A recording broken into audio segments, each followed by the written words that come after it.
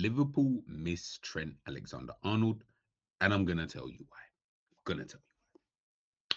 So, when it comes to Trent Alexander-Arnold, obviously, I know Liverpool fans and their feelings towards him. He's a rat, he left us, he's supposed to be a scouser, he's supposed to be, someone who was going to stay at the football club forever, and all of these other various different things. And I totally understand that.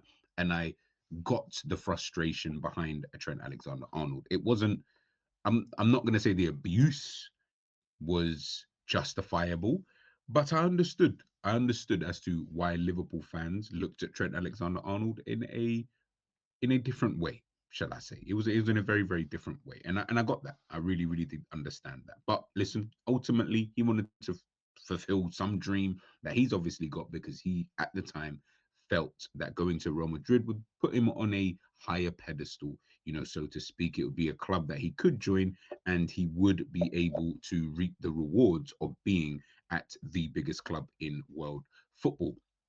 I think most people should not have any problem with that. You might be angry, and I get that. That in itself is absolutely fine. But in regards to him just fulfilling his own footballing dreams, I don't feel like that's something that, as a football fan, if you call yourself a real football fan, then I don't feel like that's something that you should really be angry about. I think it's something that you should even want to champion, so to speak. I'm not saying you're championing players to leave because nobody wants good players to leave their football club, but ultimately, if they go and do that and they're going to a bigger club than yours, then I'm sorry, as much as he is a Scouser, let's live in the real world a little bit and understand that, yeah, in the real world, Real Madrid are actually the biggest club in world football. So this is the reason, as to why he'd want to move. Now, we've got that rubbish out of the way. Let's actually talk about as to why I feel anyway that Liverpool are really really missing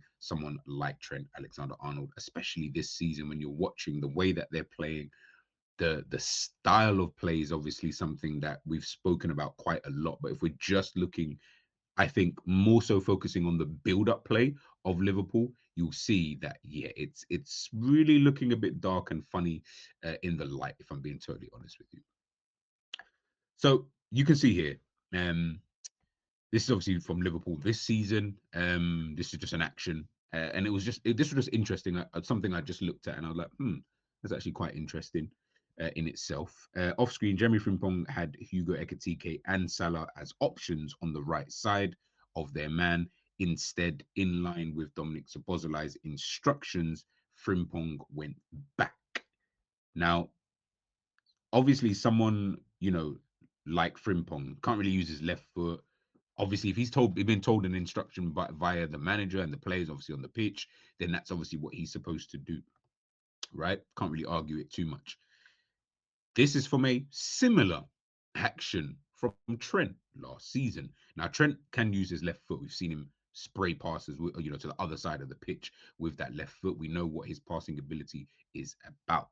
Trent's ability to use his left foot to find the midfielder under big pressure from the likes of Song at the time was a get out of jail free card in the build up for Liverpool last season. When I'm looking at Liverpool, this is their build up. This is more or less what it is. You can maybe change this, potentially put another player in that gap that you guys can see on your screen, potentially. But even then, I feel like you might just be stretching. But this is really what I've seen of Liverpool this season. This is the build-up that we talk about. It's Virgil van Dijk, dilly-dallies on the ball for 20 years, does whatever he does over there. Between him and Konate, they're racking up their passing stats, clearly, because they're constantly just passing amongst each other. And then they obviously give it out to a Kirkez or a Robert, whoever's on that left-hand side. And then this is what we get. Always Dominic Szoboszlai telling him to go back. Why isn't anyone there in the middle? But this is Liverpool's build-up play, though. This is literally it, and they have nothing else really. Once it does go back, you then have to more or less go long, or you're praying that something opens up. But usually, teams, especially this season against Liverpool, they've been set quite well. Their structure is quite well because the reality is, I've always said this with Liverpool, they move the ball so slow that it's not going to take a genius It's not going to take the best team in the world, which we've seen in regards to Liverpool and against who they've been against. But we've seen it doesn't need to be the best team. Sunderland managers, were surprised with the amount of time they had on the ball. Liverpool are not a team that are very intense. They're not a team that move the ball quick enough. So these kind of situations, teams love this. This is beautiful for a team. Doesn't have to do too much. Just and you can see it even like for anybody who's run just in life. Think about when you trot. That's all like in this game specifically, but just in games in general. That's all I ever see from these teams. It's that they're just trotting to the position. And I'm not saying they always have to be full throttle because you don't. It doesn't require that. But more often than not, because of the way that Liverpool play and the way that especially that Liverpool build up, this is just what I see. Players will just trot into this position and then yada yada yada. As long as I'm just here, look, he's not going to get the ball into him quick enough anyway. Do you get what I'm saying? So I've got enough time to trot into that position. That kind of gives you, the kind of indication, behind that. And I think that's just been a massive problem for Liverpool is that build-up play. Again, another instance with Trent Alexander-Arnold, someone who can just get that ball forward. Everybody's spoken about Florian Wirtz this and Florian Wirtz that. And if Liverpool get, like when Liverpool get Florian Wirtz, we need to be able to use him. He needs this. He needs that.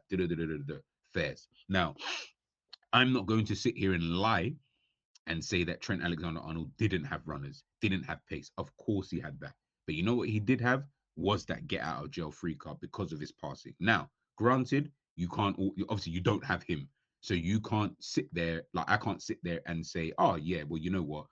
You need to like Frimpong needs to be able to spray a 40-yarder kind of thing to get Liverpool out of jail. Of course not. I'm definitely not saying that. And I think what he's then tried to do at points this season is use someone like Dominic Szoboszlai as an example. He's tried to use the likes of a Curtis Jones, they're in that kind of position. Someone who can obviously play. He's not really necessarily a passer, but he's definitely someone who can play a bit of football and can obviously invert, which then allows for the team to, I guess, drop back into a back three, join into the midfield, and then you can build up that way because then it allows for that one player to be able to come back into that back line just to help out, kind of thing. And I think that's one of the main reasons as to why he's had these two players playing at right back position over other players. Obviously, of course, it's been injuries and we haven't seen enough of a Bradley and we haven't seen enough of a Frimpong, and those kind of things will have an impact, so to speak. But I feel like he's used these two specifically in those positions because of their own skill set. Most notably, like I said, it will be Dominic Szoboszlai that will be there because of his own passing ability. He's got a decent passing ability. I'm not going to sit here and lie. He does. We can spray passes, maybe not to the level of a Trent Alexander-Arnold, but he can do it enough. And I feel like that for Liverpool is quite key. Yes, I'm not going to, again, like I said, pace, all of that. Trent had that. So there was that kind of luxury. But like I said, there was also that kind of being able to make certain passes without the pace actually necessarily being there, but also getting the team out of jail. Now, because Liverpool don't have that, and like I said, you're not going to have that elsewhere. I feel like Liverpool needed to then find a different way of playing. That for me has been the massive and the biggest problem, since Trent Alexander-Arnold had, kind of left, is that Liverpool haven't then found maybe another way to build up. It's just been, I mean, Florian Wirtz drops into that back line for some weird reason, and then once he kind of drops in, it leaves it because then there's not enough players, I guess, further forward anyway. Hugo Ekitike then drops out wide and stuff like that. Then there's no central air, like there's no central player. It's weird because then the midfielders are kind of out of their own kind of zone, would I say, so to speak. It's it just seems like, for me anyway, once Trent left, you didn't have another way of playing. So then it then became more about obviously trying to figure it out. And that's again understandable. I'm not trying to be unreasonable with the level of thinking. That was understandable, but the way that you're doing it now, it just seems like you really didn't have a clue. So once Trent left, you didn't then try to rectify that. And I think that's for me, one of the biggest problems when I think about Arne Slot and the way that he kind of plays is you didn't try to rectify it. Maybe if you tried to rectify it and then it just didn't work for whatever reason, maybe just the quality of the play and blah, blah, blah. But it didn't really get rectified. It's almost like you just almost try to literally continue playing the same way that you have played. You just got different players now in that kind of position. So then I'm like, well, you can't because you haven't got a Luis Diaz who can make that run when Trent has got the ball. You don't have that. You got Cody Gakpo, who's obviously there. You've got a Mo Salah, who's obviously declined in terms of his athleticism. So you haven't really got that over there. You've got a Frimpong who's really, really fast, but not a good passer of the ball. Can't spray a pass. Do you get what I'm saying? So, okay, no problem. Kirk is the same thing. So the build up there now is going to be really dependent on, I would say, the midfield area. And when I'm looking at that midfield area, this is kind of what we're seeing. Do you know what I mean? Like this is what we're seeing in regards to that midfield area. So how are you then going to build up? Is it just Virgil stands on the ball for an hour and then he tries to fight? Like I don't really understand and know what it is that you're trying to do. But I think, like I said, that's kind of been like the biggest issue. One of the biggest issues. Let me not lie. One of the biggest issues for me when watching Liverpool is that your build-up play is just atrocious for me. There's no pattern, there's nothing really going on. And it just not making much sense at this point. Because like I said, you've got Florian Wirtz who then comes back in and what's he doing there? And yeah, it just seems like it's all over the place for me. And I think that that's something that you're going to need to really rectify in the summer, especially if it looks like from what the reports are saying that he will be staying. That's something you're going to need to sort out. You've missed Trent. Okay, cool. That's painstakingly obvious. You don't really have another passer. Man, Szoboszlai being the best one that you have, but him obviously not being up to that kind of level and that kind of standard. You need to now figure out another way of doing things, and especially in that build-up play next season, it can't be this slow. It can't be this lethargic. It can't be this pedestrian. It needs to have a level of urgency, especially if you're then trying to then break forward. Having even the pacey players, I still don't know how that would have helped Liverpool anyway. Great, Liverpool got pacey players. Who's playing the passes to these pacey players? Because no one from the back line is realistically going to be able to do that. Van Dijk at times he can. Van Dijk has got that one pass that he can do, which is into Salah. That's about it. Well, you're not going to have another Salah, so that player might not be able to do what Salah was able to do, which is hold off his left back. Now, what do you do? Do you get what I'm trying to say? Maybe Ibu. I've seen him play a couple passes this season. Maybe him. I don't know, but I just feel that Trent was so vital to your build-up play. Like he was the build-up play.